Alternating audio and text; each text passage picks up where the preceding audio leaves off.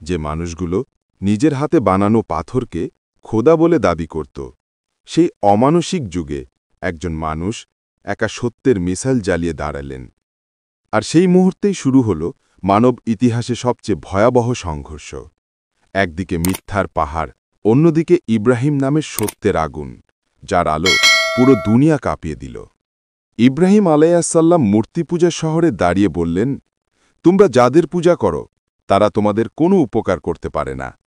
আল্লাহ এক, তিনি সমস্ত কিছুর মালিক।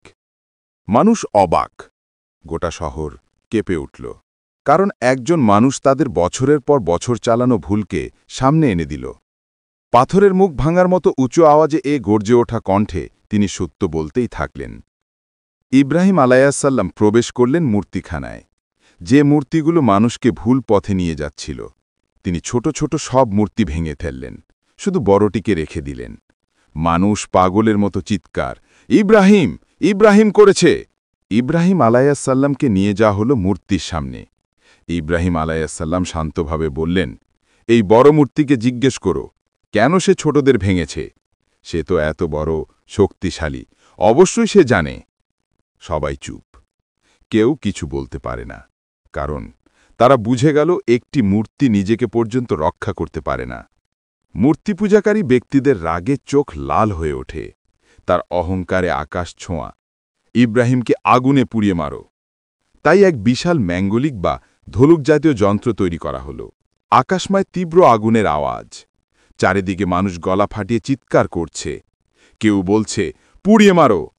তখন ইব্রাহিম আলাইহিসসালামের মুখে শুধু একটি বাক্য, হাসবুনাল্লাহু ওয়া নিয়ামাল ওয়াকিল, অর্থাৎ আমাদের জন্য আল্লাহই যথেষ্ট, তিনি উত্তম কাজ চালিয়ে নেওয়ার মালিক। কিন্তু এটাই হল আল্লাহর কুদরতের মুহূর্ত।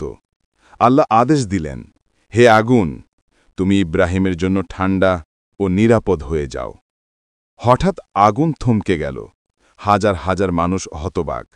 যেখানে কাঠের মূর্তিগুলো নিজেকে কখনো রক্ষা করতে পারে না, সেখানে আল্লাহ তার এক বান্দাকে আগুনের ভেতর শান্তিতে রাখলেন। নিমরুদ স্তব্ধ।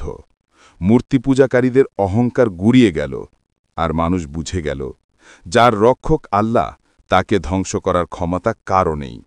আগুন থেকে বের হয়ে ইব্রাহিম আলাইহিসসালাম মাথা উঁচু করে দাঁড়ালেন। সেই মুহূর্তেই সত্যের আলো ছড়িয়ে পড়ল পুরো শহরে। এই ঘটনাটি কোরআনে লিখিত। সত্যের বিজয় আল্লাহর কুদরতের নিদর্শন। যে আল্লাহর উপর ভরসা করে, আল্লাহ তাকে এমন জায়গা থেকে উদ্ধার করেন যেখানে মানুষের চিন্তাও পৌঁছায় না।